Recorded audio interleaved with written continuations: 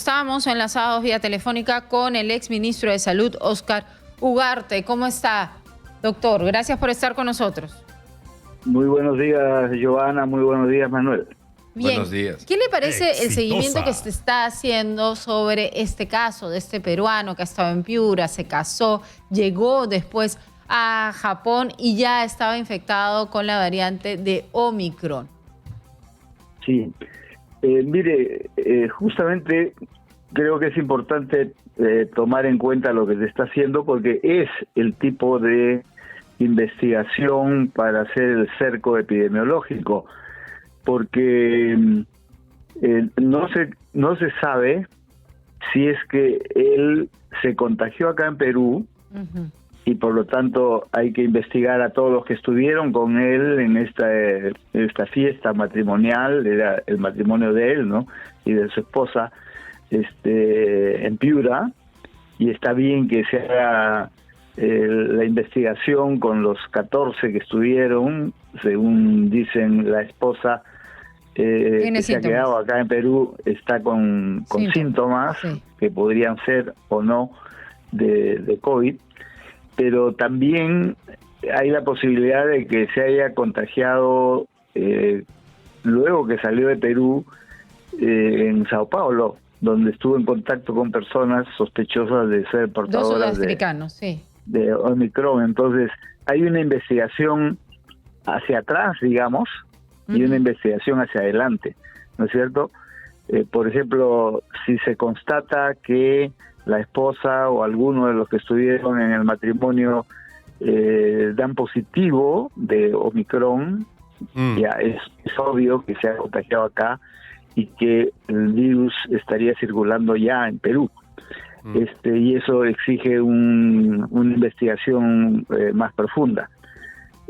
Si lo que se hace es descartar esa posibilidad porque los resultados que van a estar en los próximos días nos dicen que no son pacientes con Omicron, la investigación tendrá que seguir pero lo que no han dicho es que si la esposa ha salido positiva o no, porque han enviado la prueba acá a Lima para hacerle el seguimiento y recién eso toma han mandado. 5 días. Pero no podrían descartar allá mismo si es que es positiva o no es positiva a COVID.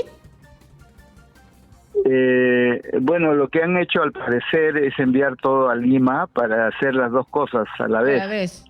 La prueba molecular, si resulta positiva, y a la vez el secuenciamiento genómico, ¿no? Que es lo que toma 5 días. Pero respecto de COVID ya tendríamos que saber entre las próximas horas, ¿no? Deberíamos saber mucho antes si es que aunque sea está positiva a COVID. Si es que allá les han quedado con la muestra para hacer la prueba. La molecular. Sí, la molecular. Si no, de repente han preferido hacerlo todo acá en Lima, pero igual ya debemos estar, porque es 5 días en total, pero de esto ya han pasado por lo menos 3 días, ¿no? Un momento, señor ministro. Señor Ugarte, en este momento está ocurriendo un sismo en este instante, estamos teniendo un pequeño sacudón, así que hay que tener la máxima tranquilidad. Si está escuchándonos en casa y está, por supuesto, sintiendo lo mismo que nosotros, hay que hacerlo de siempre. Sí. La máxima tranquilidad posible, esto va a pasar. De hecho, ya está pasando. Ya está bajando un poco el movimiento. ¿Usted lo ha sentido, señor Ugarte? Sí, ya está, ya fue. Muy leve. Muy leve. Es que nosotros estamos en un sexto piso y se siente un poquito más, pero creo que estamos bien, ¿no? Estamos tranquilos. Y retomamos la conversación. Perfecto, señor exministro. Bueno, la preocupación en todo caso está vinculada a identificar la variante Omicron en Perú. Si se identifica, ¿qué es lo que esto qué nos significaría como país? ¿Qué pasaría? ¿Qué hay que hacer inmediatamente diciendo, sí, efectivamente este señor salió con Omicron y la esposa probablemente lo tenga y se confirma si lo tiene y algunas personas también? ¿Qué es lo que hay que hacer y qué impacto tiene esto en el marco de la pandemia? A ver, lo que eso significa es que hay que hacer un cerco epidemiológico con las personas que se ha detectado que sea positivo y evitar que se pudiese expandir. El cerco epidemiológico justamente empieza desde el momento en que se sospecha, ¿no?, que pudiera tener. y se acentúa en el momento que se confirme. Entonces, cada una de las 14 personas que están en proceso de investigación debe haber tenido contactos también.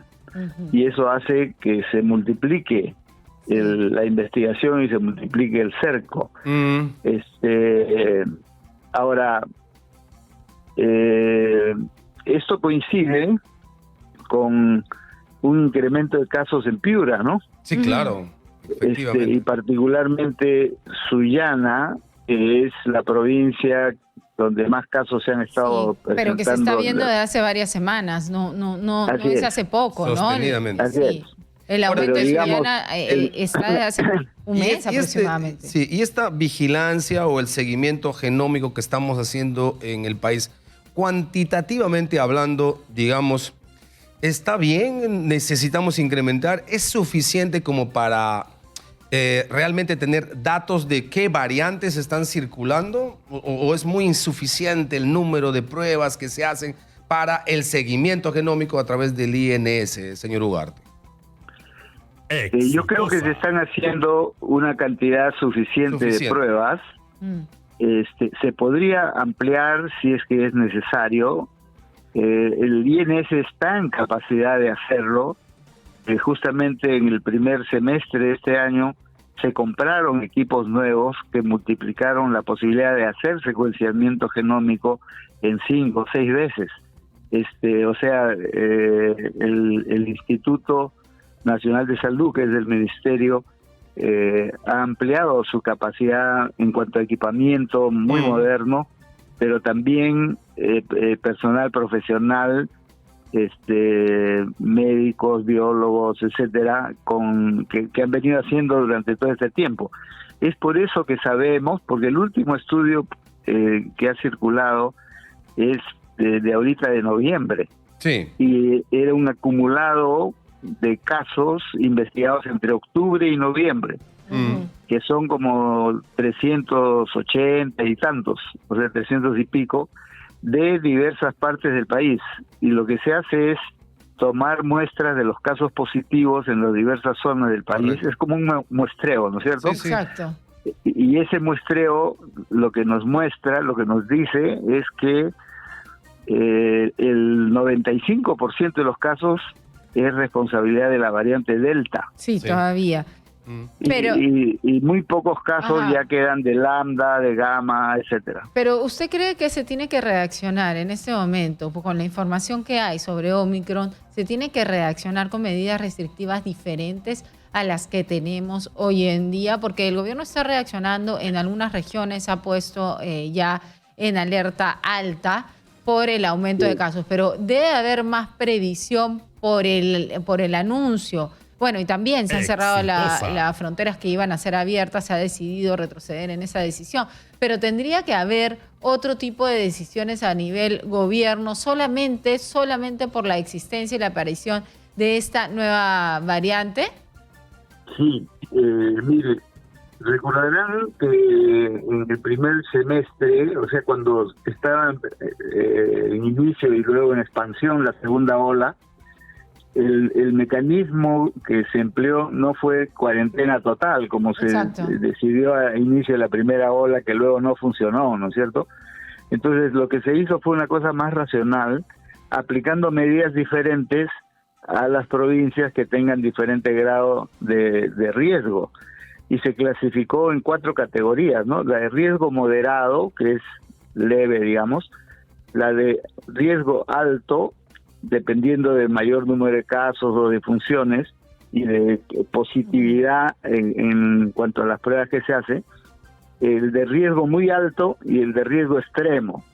Lima estaba en un momento de un riesgo extremo, digamos, ¿no? Y otras provincias, pero menos mal, desde julio en adelante esto empezó a descender, desde antes, desde junio. Recordemos que mientras en todas partes descendía, Arequipa hizo un pico, ¿no? Y ahí hubo quienes dijeron ya la tercera ola, pero no. Entonces lo que se hizo fue enviar brigadistas, se incrementó la vacunación, se envió médicos, enfermeras para el tratamiento, para el cerco epidemiológico, etcétera. Incluso se aisló la región, como se recordará, que no habían vuelos, no había transporte interprovincial. Se reaccionó y se apagó el incendio en Arequipa. Bueno, ahora, desde agosto, digamos, ya casi todas las provincias estaban en riesgo moderado. O sea, menor número de casos, etcétera. Pero en las últimas 3 semanas, a diferencia de la última semana, digamos, la semana pasada, en las semanas previas crecieron los casos, pero en la semana pasada ha vuelto a bajar en promedio nacional. Pero eso no quiere decir que no es que haya provincias. Hay como 10 provincias que están todavía en riesgo alto. ¿Y no se está reaccionando igual? Es decir, ¿no se están enviando estas brigadas? Debería ser mucho más agresiva la reacción del gobierno, por ejemplo, en la selva. O sea, yo, por ejemplo, hablamos de Loreto, estamos con casos en Brasil, ya nos ha pasado antes lo de la primera ola, incluso en la segunda ola también hubo riesgo. Se debería estar enviando ya gente y muchas más pruebas a Loreto, donde además la vacunación ha sido con un proceso bastante deficiente. Sí, felizmente hasta el momento, porque se está siguiendo muy de cerca Loreto. Claro, Loreto es una de las regiones con menos incidencia ahora mismo, ¿no? Casi no hay casos, no hay casos en Loreto. Se presentan 1 o 2 casos por semana. Así es, o sea, se ha reducido tremendamente. Entonces sí se está haciendo el seguimiento, pero hasta el momento no se encuentran evidencias en Loreto y por eso está como riesgo moderado. Pero volviendo a su pregunta, claro que sí hay que dar medidas de acuerdo al grado de riesgo que cada provincia tiene. Y eso es lo que yo supongo tendrá que anunciarse el ministro. Pero en realidad ya se han anunciado las nuevas medidas y quisiéramos preguntarle su opinión, porque lo que queda claro es que se han adelantado para el 10 de diciembre la certificación de doble vacunación para lugares cerrados. Se está adelantando, se está ampliando el asunto, por ejemplo, los viajes interprovinciales aéreos a personas de 18 años en adelante, también con doble certificación. Se ha puesto aparentemente entre el 24 de diciembre y el 31 de diciembre el tema del toque de queda de 1 de la madrugada a 4 de la madrugada en lugares como Lima que están con situación ¿Le parece moderada. eso suficiente? ¿Eso es suficiente o le parece que hay que hacer más cosas? No, yo creo que el ministro ha anunciado algunas medidas y él mismo lo ha dicho, ¿no es cierto? Y yo estoy seguro que están evaluando otras medidas de acuerdo al riesgo que haya en cada provincia. Por ejemplo, el toque de queda tendrá que ser diferente en unos sitios o en otros. Los aforos, sobre los cuales no se ha dicho todavía nada, va a tener que ser diferente, como era en el primer semestre, ¿no es cierto? Se ha ido variando. Por ejemplo, las posibilidades de acceso a centros comerciales, o sea, con los aforos, de acuerdo a la gravedad que había en cada provincia. Igualmente, por ejemplo, el acceso a los estadios. Eso va a tener que variar de sitio en sitio, o a otros espacios públicos. Con mayor razón el tema de las fiestas, ¿no? Si bien se ha anunciado una que podría ser general, como hay otras que son también generales o transversales, digamos así, porque no hay posibilidad de hacerlo de manera diferente, como el de los vuelos dentro del país o los viajes interprovinciales. Ahí es difícil decir en tal provincia sí, en tal provincia no. Tiene que ser una medida transversal general.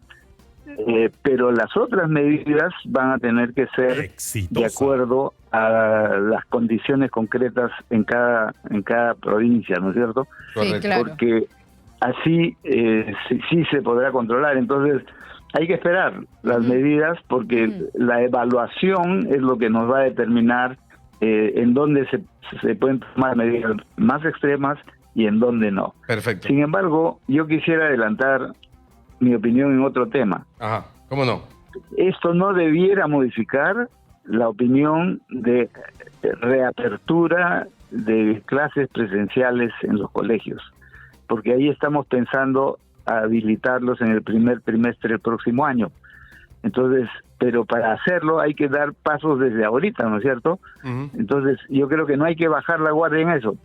Hay que persistir y yo estoy seguro que no se interferirá con la apertura de clases, como se ha visto en otros países, ¿no?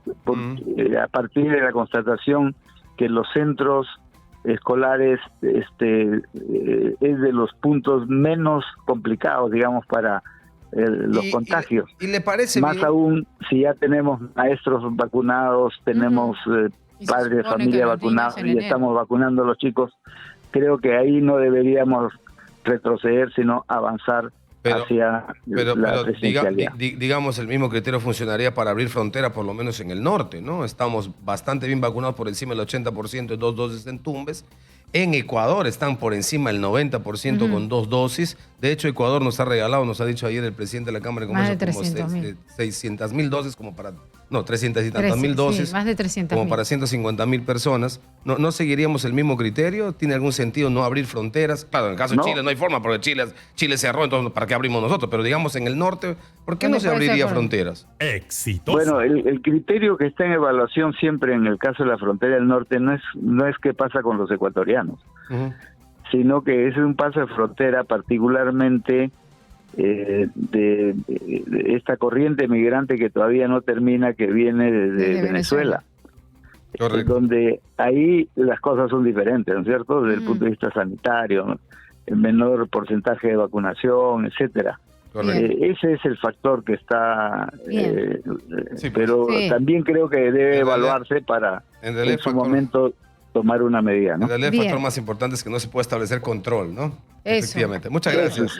Gracias por estar con nosotros. Ha sido Óscar Ugarte, exministro de Salud.